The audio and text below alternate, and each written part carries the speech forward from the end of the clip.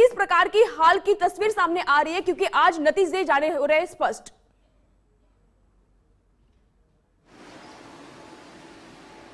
जी जागृति, जो फिलहाल का नज़ारा है वो ऐसा है कि जो एग्जिट पोल के नतीजे सर्वे से जो सामने आए थे सब नतीजे, उसके अनुसार आम आदमी पार्टी एमसीडी में सरकार बनाती हुई नजर आ रही थी, जिसके बाद में आम आदमी पार्टी के ऑफिस में काफ़ी सजावट, काफ़ी रेलचल दिख रही है। वहीं दूसरी तरफ देखा जाए तो 250 जो टोटल वार्ड है, ये सिर्फ 250 वार्ड नहीं बोल सकते, तो जो बड़े बड़े चेहरे हैं, चाहे वो बीजेपी के हो चाहे आम आदमी पार्टी के, कांग्रेस का नाम इसलिए सामने नहीं आ पाता है क्योंकि कांग्रेस कहीं ना कहीं हर चुनाव में पिछड़ती नजर आ रही है। प्रचार में भी वो पीछे दिखी और साथ ही साथ सर्वे में भी पीछे दिख रही है।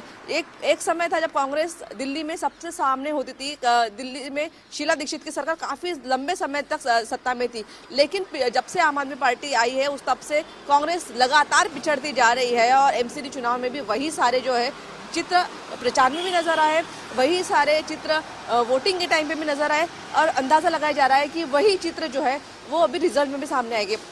कुल 42 ऐसे सेंटर बनाए गए हैं जहां पे 8 बजे से काउंटिंग शुरू होने वाली है और उसके बाद में धीरे धीरे करके नतीजे सामने आते जाएंगे। काफ़ी बड़े बड़े चेहरों के ऊपर भी दाव लगा हुआ है, चाहे वो हर्षवर्धन हो, चाहे वो मनीष सिसोदिया हो। इन सब जो बड़े चेहरे हैं बीजेपी और आम आदमी पार्टी के, सबके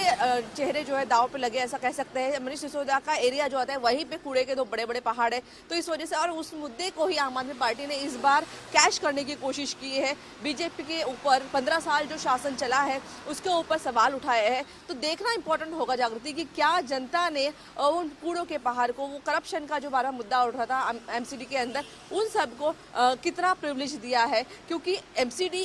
इतना इंपॉर्टेंट इसलिए भी हो जाता है क्योंकि कई राज्यों के बजट से ज़्यादा बजट अकेले दिल्ली एमसीडी की है और उसके साथ में अगर आप अगर सेंटर में बैठे हुए हैं,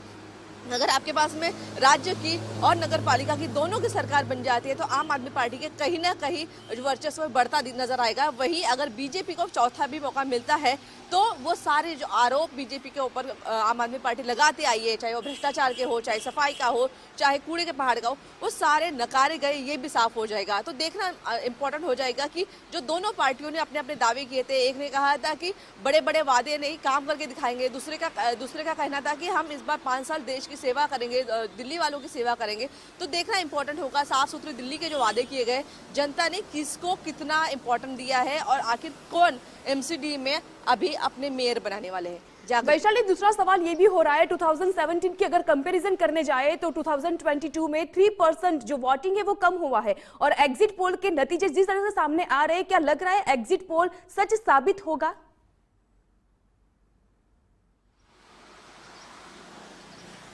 जी बिल्कुल, हम भी इस बात को लेकर बड़े सरप्राइज थे कि जब रविवार को मतदान हो रहा था तो जिन सेंटर्स पे हम लोग जा रहे थे वहाँ पे लोगों की जो संख्या थी वो काफ़ी कम दिखाई दे रही थी। हम लोग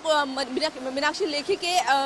लोकसभा सीट के ऊपर थे जब मतदान हो रहा था और वहाँ पे लोगों की संख्या गिनती के 2-4 आ रहे थे। तभी अंदाज़ा लगाया गया था, गुजरात फर्स्ट में तब भी कहा गया था कि पिछली बार से शायद जो मतदान का परसेंटेज है कम हो सकता है। पिछली बार 54 हुआ था और इस बार अप्रोक्स 51 के आसपास जो मतदान हुआ था। उसके बाद में एग्जिट पोल, नॉर्मली जब सरकार में कोई जो पार्टी होती है उसके फेवर में जाती है ये चीज़ें कि मतदान का कम होना, तो वो फेवर में जाता है कि अगेंस्ट में देता है। लेकिन जागृति एक देखना होगा, दिल्ली में जो स्पेशली स्लम में रहने वाले लोग हैं, जो मिडिल क्लास फैमिलीज है, उनको आम आदमी पार्टी ने काफ़ी इम्प्रेस किया है। चाहे वो फ्री बिजली, फ्री पानी का वादा हो, कुछ परसेंट लोगों को इसका फ़ायदा हुआ, लेकिन एक मैसेज बड़ा गया हुआ है कि एक नया ऑप्शन जनता के सामने आया हुआ है बीजेपी कांग्रेस के अलावा। तो इसलिए इस ऑप्शन की तरफ लोगों का रुझान ज़्यादा होता जा रहा है पिछली 2 बार से दिल्ली में जो सरकार बनी है उसके बाद में। तो देखना होगा जागृति कि आखिर एमसीडी में वो जो जादू है, झाड़ू चलेगी कि नहीं चलेगी, उनको क्या मिलेगा, ये देखना इंपॉर्टेंट हो जाएगा जागृति।